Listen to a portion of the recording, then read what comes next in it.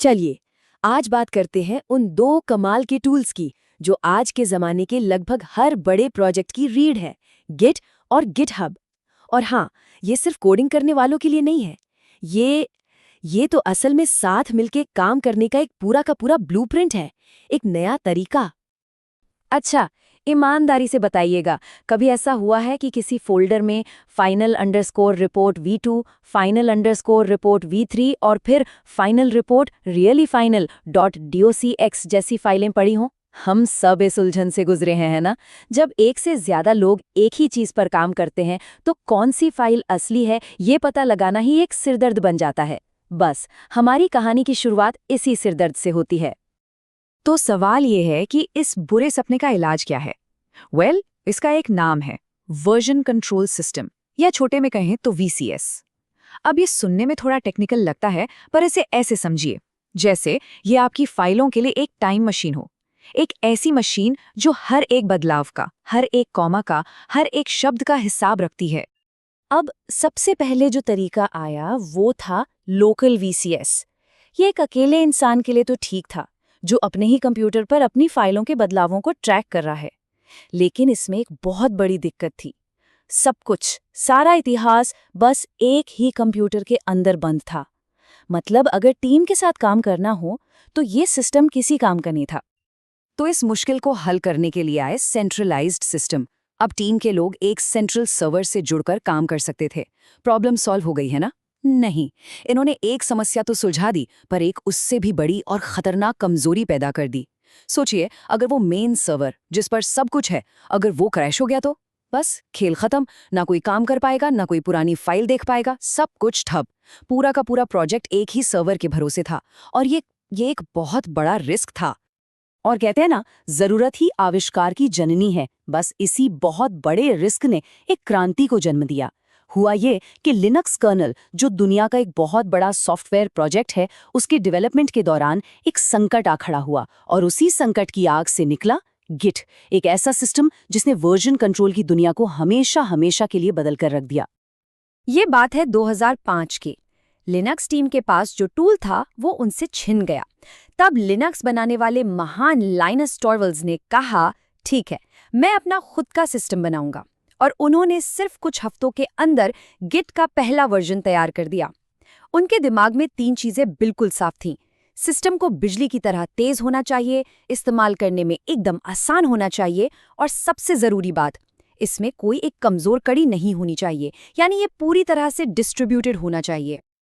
और यहीं पर गिट का पहला जीनियस आइडिया सामने आता है, डिस्ट्रीब्यूटेड। इसका मतलब क्या है? इसका मतलब यह है कि हर डेवलपर के कंप्यूटर पर सिर्फ ताज़ा फाइलें नहीं होती, बल्कि पूरे के पूरे प्रोजेक्ट का, शुरू से लेकर अब तक का सारा इतिहास मौजूद होता है। हर किसी के पास एक पूरी कॉपी होती है। सुनने में ये एक छोटा सा बदलाव लगता है, पर इसके नतीजे जबरदस्त थे। तो याद है वो सेंट्रल सर्वर वाला रिस्क? ये डिस्ट्रीब्यूटेड मॉडल उसे जड़ से खत्म कर देता है।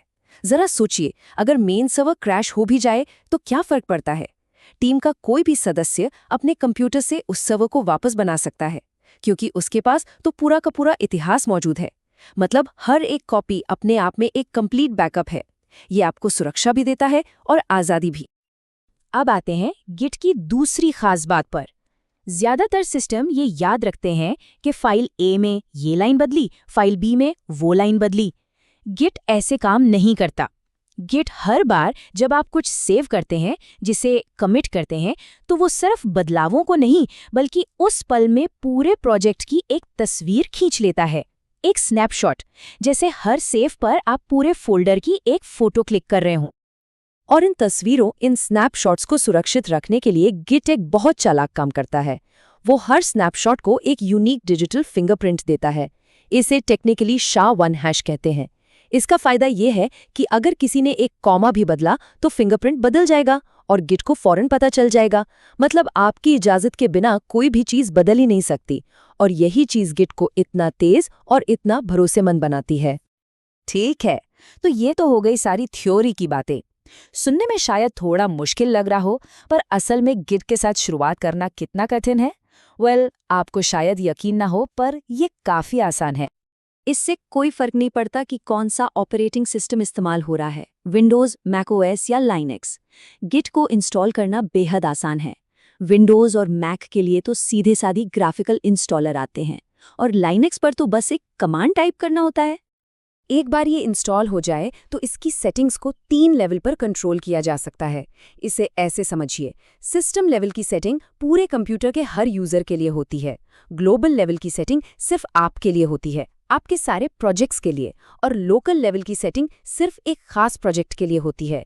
ये गिट को बहुत ज़्यादा फ्लेक्सिबल बना देता है।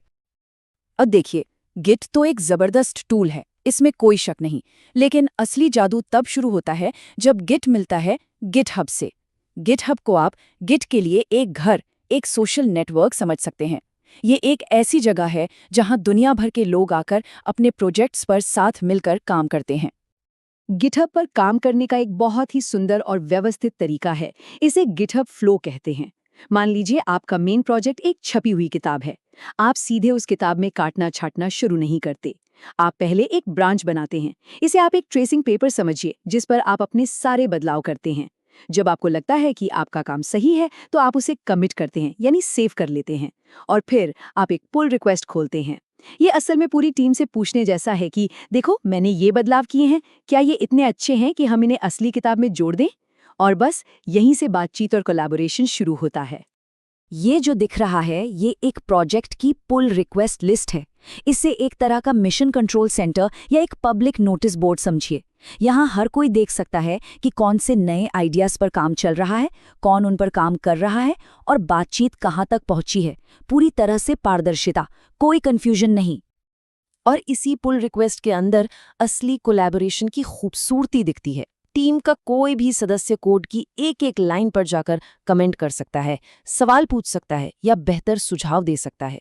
ये सिर्फ गलतियां निकालने के बारे में नहीं है, ये मिलकर किसी चीज को और बेहतर और मजबूत बनाने के बारे में है। और बात यहीं खत्म नहीं होती, इसमें ऑटोमेशन भी जोड़ा जा सकता है। मतलब जैसे ही कोई नए बदलावों के लिए पुल रिक्वेस्ट भेजता है, ऑटोमेटिक टेस्ट्स अपने आप चलकर ये जान सकते हैं कि इन बदलावों की वजह से प्रोजेक्ट में कुछ खराब तो नहीं हो रहा। इससे पूरी टीम को एक आत्मविश्वास मिलता है कि हम सही दिशा में आगे बढ़ रहे हैं। तो जैसा कि अब तक साफ हो गया होगा, ये कहानी सिर्फ कोड या प्रोग्रामिंग की नहीं है। गिट और गिटहब ने मिलकर असल में साथ काम करने का एक बिल्कुल नया मॉडल, एक नया ढांचा तैयार कर दिया है।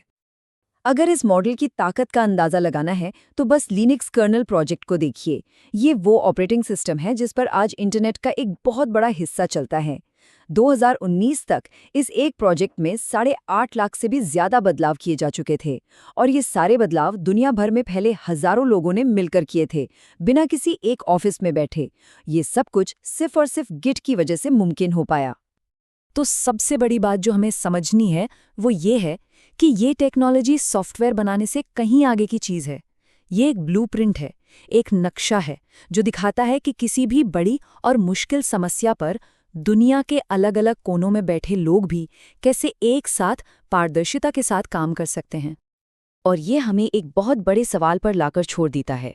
जरा सोचिए, जिस तरह इस डिस्ट्रीब्यूटेड और पारदर्शी मॉडल ने सॉफ्टवेयर बनाने का तरीका बदल दिया, क्या इसी मॉडल का इस्तेमाल हम अपनी दूसरी बड़ी समस्याओं को सुलझाने के लिए कर सकते हैं, जैसे कि विज्ञान, शिक्षा या यहाँ तक कि शासन चलाने में?